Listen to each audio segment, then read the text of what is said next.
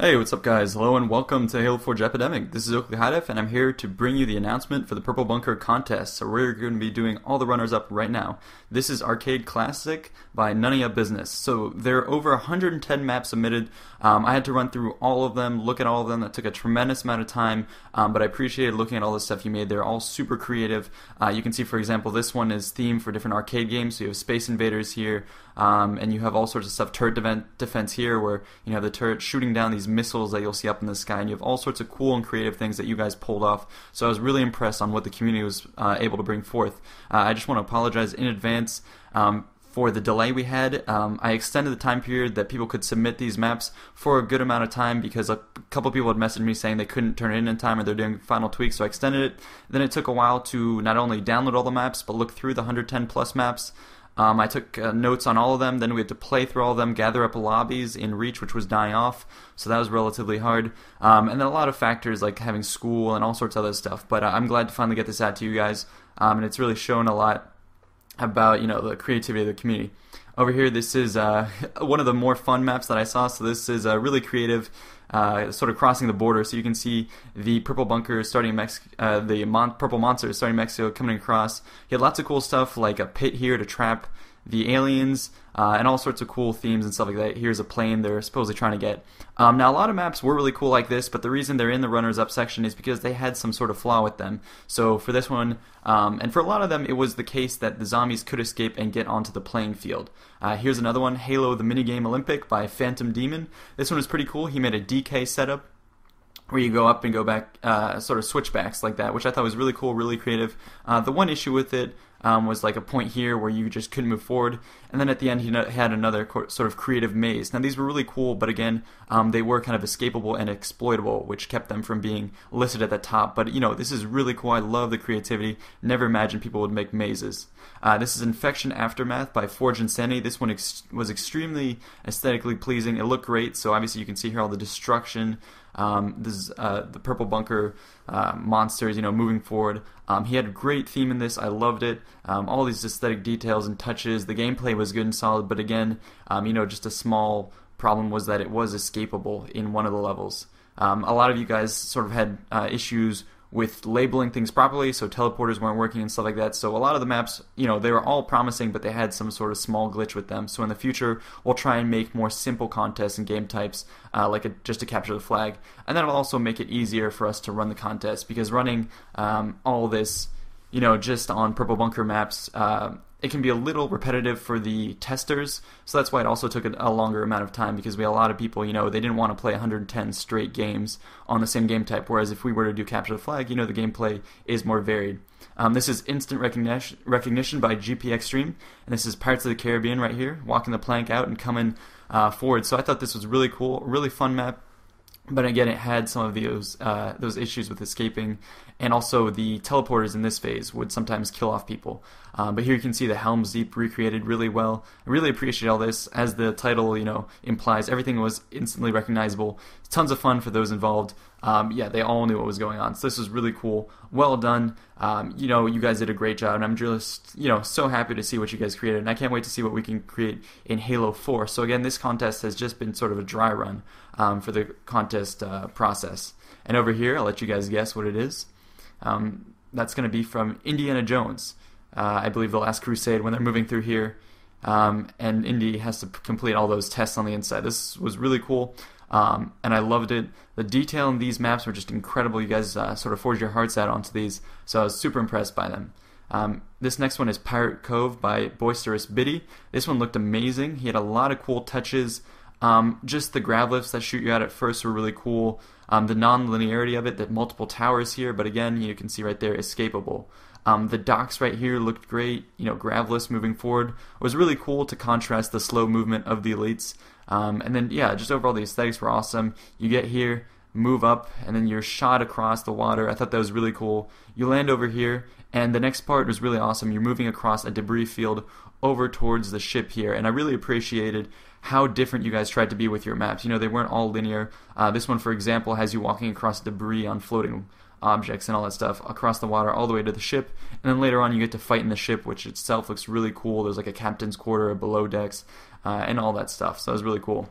Over here is Star Wars Episode 7 by ZACK UMSTEAD.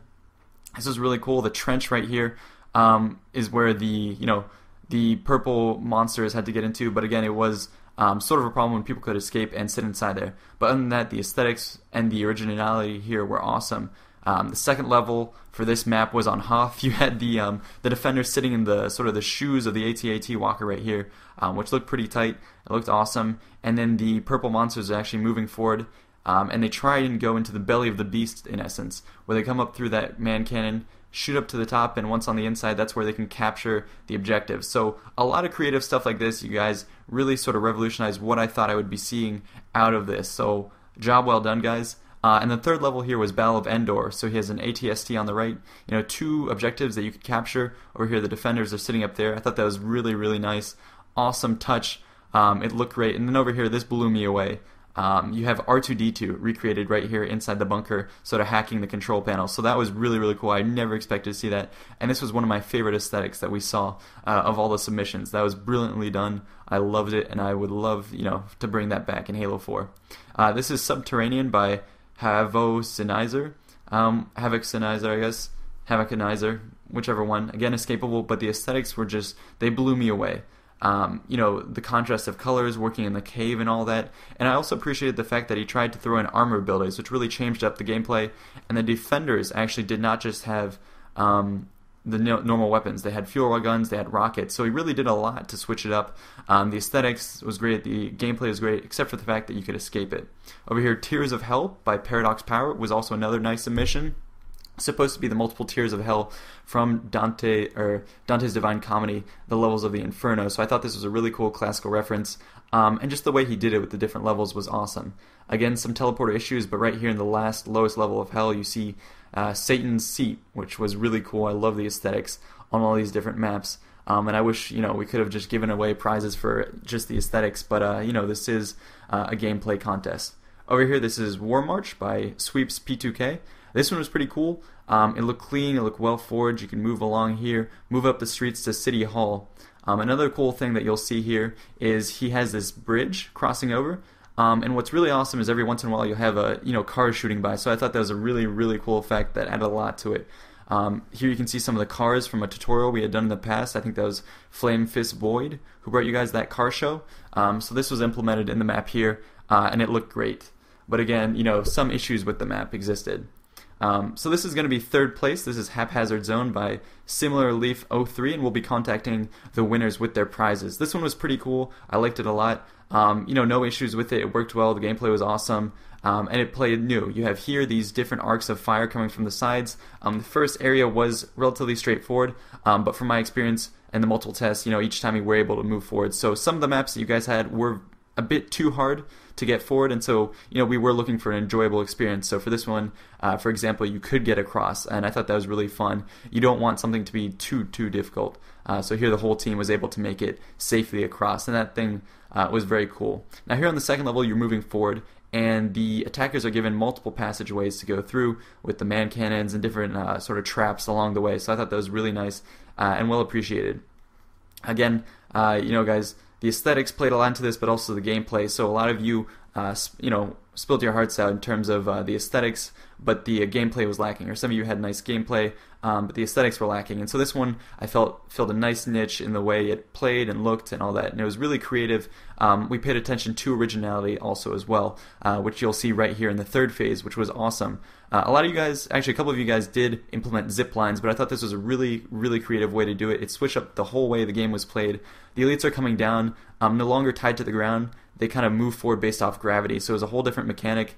You can see here you have to hold them back as they're sliding down to you, so it added another goofy element when you just see them kind of like, hunched up like that coming down towards you. So that added a lot to it. The gameplay was switched up. I really appreciated it, and it was fun to be the elites coming down like here. It was fun to defend. It was a new experience. So this had a lot to do with the originality factor, and it worked well with gameplay, and it looked cool from this perspective.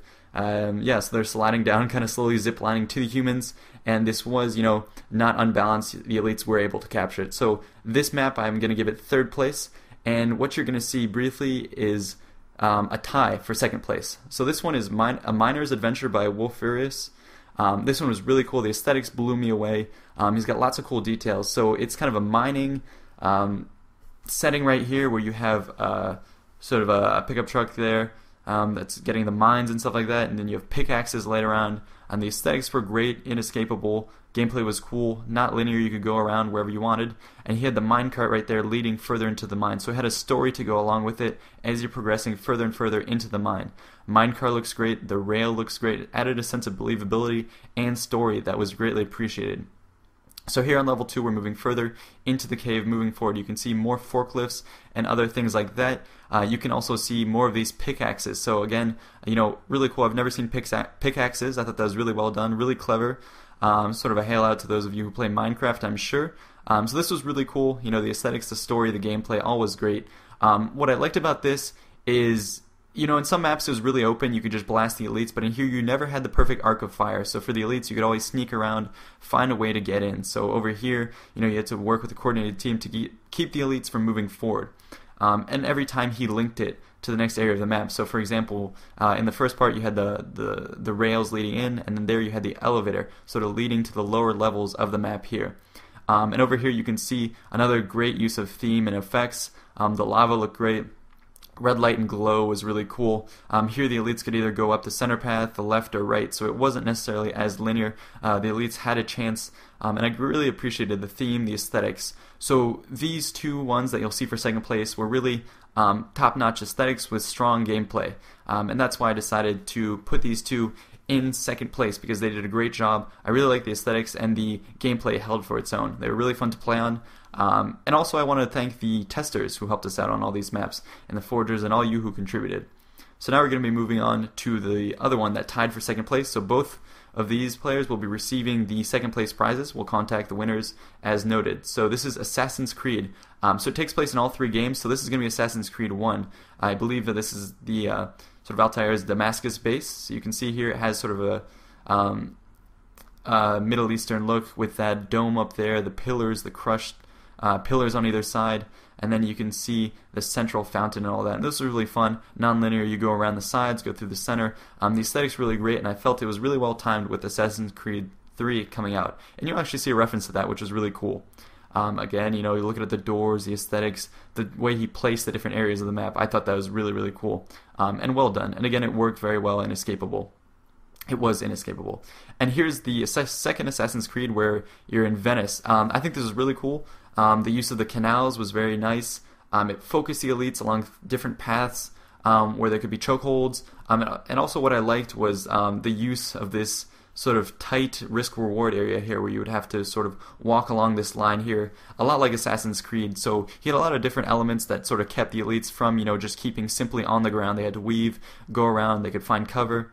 Or they could go up high. So it was a lot of non-linearity to it, and the aesthetics look great. Just look at that boat right there. All really well done, all really, he put all in onto these maps, and that's why I appreciated these winners right here. Now, a lot of you had really great maps. We've shouted out, a lot of the runner-ups had really good-looking maps, but again, they had to have solid gameplay and originality too. So a lot of you had really great maps, but these are the ones that work best. So this is going to be the third level. This is going to be, a shout out to Assassin's Creed 3. And here you can see the American flag. So this was really cool. I love how he pulled that off. Over here you can see the Union Jack up here and the British. So according to the description, this is supposed to be Bunker Hill. So I thought this was really cool. I love how the base looked there with the sand bags. And over here you can see, I'm guessing that's an eagle looking out over the battle. So I think this was really cool. It really drew you in with the aesthetics, just the way he made the flags, the way he made this base right here. It looked really well defended. The hill sloping up slowly. He integrated it well with the terrain. I don't know, I just appreciated the overall aesthetics and the gameplay to this. It was novel, it was new, it played well. It was a fresh look at it when they used the terrain in such a way where it really wasn't linear and straightforward. So again, appreciated. This was a really cool map. It comes just in time with Assassin's Creed 3 coming out. And yeah, it played really well. So now we're going to be moving on to the next one. So this one won first place. And it's not the best looking map, but I thought it was the most original, the one that stood out the most. This is The Eagle May Fall by X, 3 Strikes You're Out, XX. So this one was cool. It was really novel. I love the beginning of this. It reminded me of Battlefield 3, that one map where you come out and everyone drops down. So just from the start, it was super memorable. I loved it. The way the elites come and drop down, that was really fun. Everyone enjoyed this map. It was really original. Now you're playing in the water. which kind of changes it up. I like the splash effects. The elites had a wide area they could walk through, so it wasn't as tight as before. And I want to take the opportunity to call out, a lot of the other ideas that you guys had. There are people who use mongooses on their maps, which was really cool. Those maps were very original, but again, they didn't really score high because the maps were exploitable and didn't work. So you guys had a lot of great ideas, but they just need a little bit more refining before they made the cut. You guys had traps, you had crates falling on people, you had zip lines, you had all sorts of really cool aesthetics. So I just want to give a shout out to everyone who participated in the contest. It was really great. And yeah, we look forward to running more contests in the future. They will be much better handled than this one. I didn't anticipate the amount of submissions that we would get with this, or the fact that I would have so much work. I'm a second-year mechanical engineer right now. I have a ton of work, so a lot of factors sort of came into play and made this contest take a lot longer than it did. But we wanted to make sure we got it out to you guys. So all the prizes will be handed out, and we'll be hosting more contests in the future. They will just be more refined. We'll use 343 Industries to have a forum so we can get a preview of the maps with images and all that, so we don't have to sort through all the maps. We can kind of root out the ones that didn't work as well. But yeah, anyways, guys, thanks so much for those of you who contributed. Yeah, stay tuned for Halo 4. We're going to keep running these contests. We're going to be the #1 place to go to for these map features, for minigames, for all sorts of stuff. We're going to bring you Forge tutorials and everything. So yeah, guys, I wanted to thank you again for all those who submitted the maps, all those who, helped with the testing and all that. So thank you. See you guys. Signing out.